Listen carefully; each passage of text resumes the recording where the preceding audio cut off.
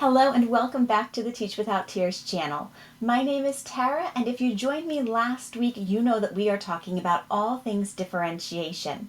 In the last video last Friday, we talked about all the reasons that you should differentiate your lessons. So if you missed that, make sure you go back and watch. Today, we are moving on to talk about assessment, because assessment is really the first step to differentiation because you need to know what your students already know and what they need to learn in order to differentiate your lessons. So we're going to break our assessments down into three main types. We're going to talk about benchmark assessments, then we're going to talk about formative assessments, and finally we're going to talk about summative assessments. So you've probably already started giving your students some assessments this school year. Usually in the beginning of the year, we have a lot of assessments that we're giving to see exactly where our students are. What do they remember from last school year, and what have they completely forgotten that we need to go back and review before we move on to that new content. So some of the assessments that you've given are probably benchmark assessments. Assessments that you're just going to give a few times throughout the school year in order to see how your students are progressing. So at the beginning of the year, maybe you gave a reading assessment, like the Fontes and Pinnell assessment, that you gave to get a reading level on your students and to see what they were able to do. You'll probably give it again in the middle of the year to see if they're making progress, and then again at the end of the year to see if they're meeting grade level expectations.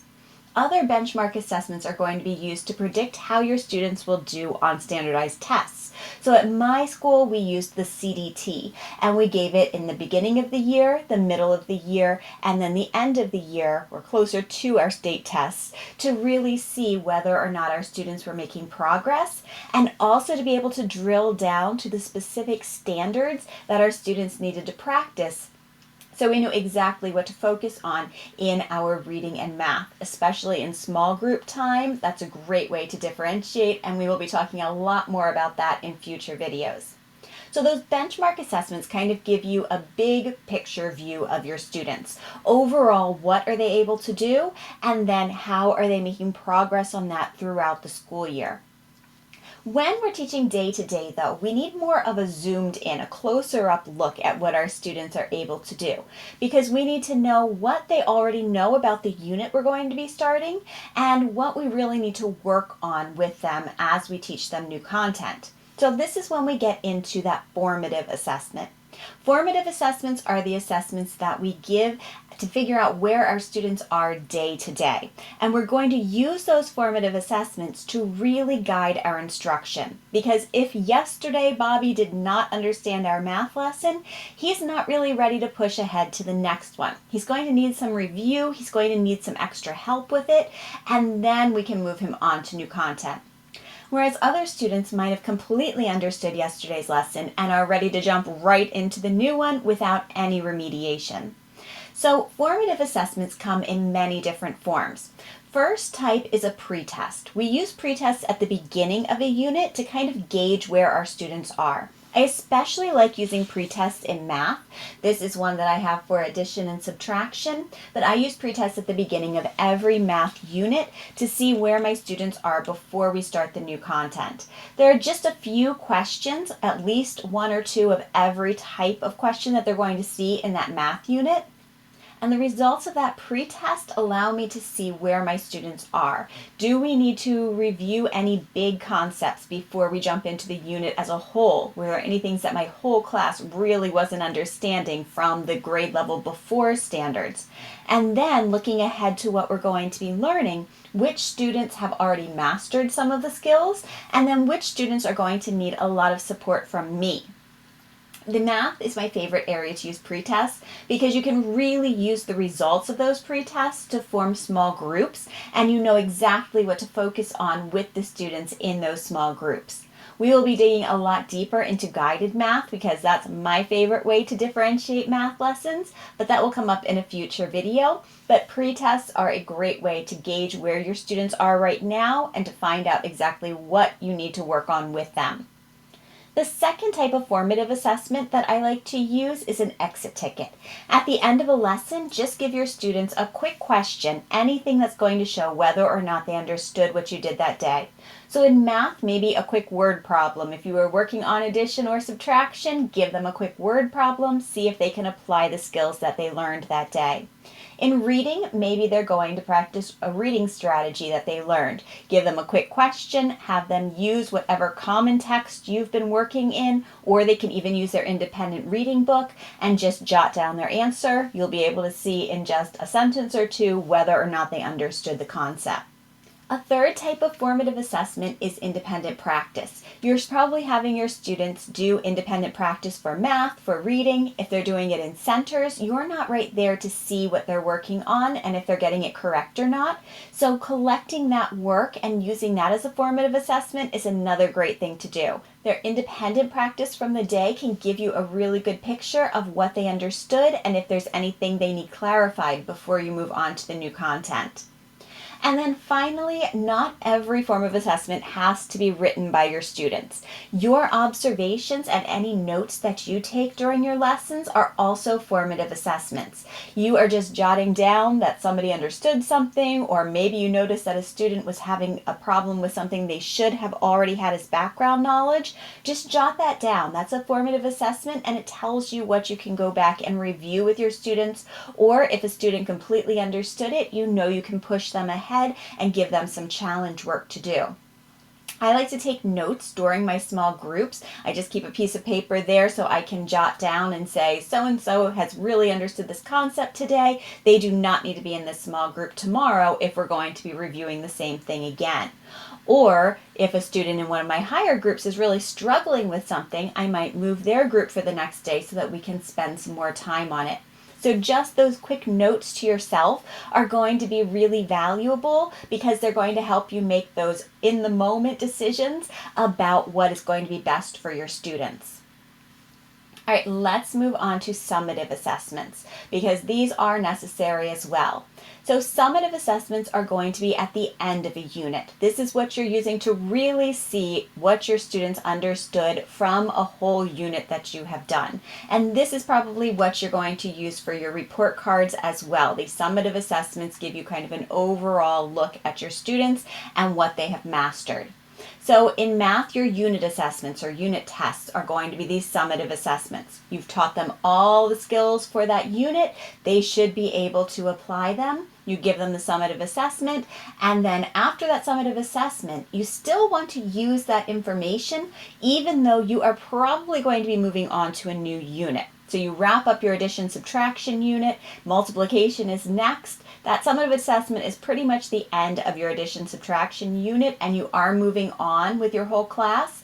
But if you still have students who are struggling with addition and subtraction, the results of that summative assessment can still be very valuable because you can make yourself a note to go back and review those things with the students who missed those concepts on that summative assessment. Another one of my favorite types of summative assessments, and this can actually be used as a formative assessment as well, but it is a weekly standards check for reading. And what it is just a really short passage based on the strategy or the standard that you were teaching that week. So this one is main ideas and details. And then there are just 4 quick questions that your students are going to answer to see whether or not they understood it.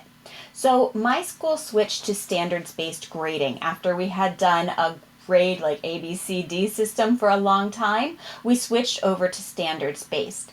And when we switched to standards-based, it meant that we were going with a 1, 2, 3, 4 scale, with 1 meaning that the students were below where they needed to be, 2 meaning they were approaching where they needed to be, 3 meant proficient, they were right where they should be, and then 4 meant advanced, that they were beyond where they needed to be at the time.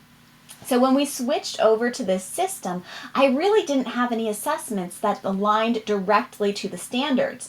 Our reading program unit assessments put so many different standards on one assessment that I had no way of drilling down without taking a ton of time to figure out exactly which questions aligned with which standards, and it would have taken forever. So hence my standards-based assessments were born, and I found that these were actually very valuable for planning my differentiation as well. This is a 3rd grade level standards-based assessment. So what I did is I went back through the standards and I looked at the 1st grade level standards, 2nd, 3rd, and 4th. So the level 1 question is based on the first grade standard. The level 2 question is the second grade standard. Level 3 is third grade, and level 4 is fourth grade. So from this, that 1, 2, 3, 4 scale, I could easily tell whether which level my students were at. Whether they were really below level because they could only answer the first grade question, or if they were approaching the right level because they could answer the second grade question, if they were on level and could answer the third grade question, or if they were above level and could answer the fourth grade question. So I made those standards-based assessments for all the third grade standards, and then other teachers in my building really wanted them because it was such an easy way to match it up with the report card and really see what the students were able to do.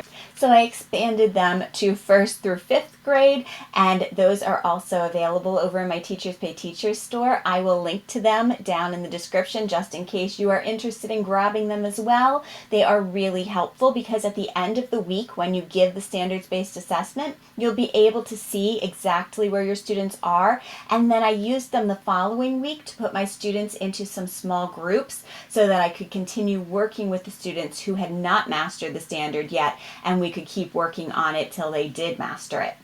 They're also really great to give right before report card time because then you have the up-to-date data about what your students are able to do right at the end of the quarter, and they are perfect to show parents at parent-teacher conferences because right there is your evidence. This is why your child has a 2 on the report card for this standard.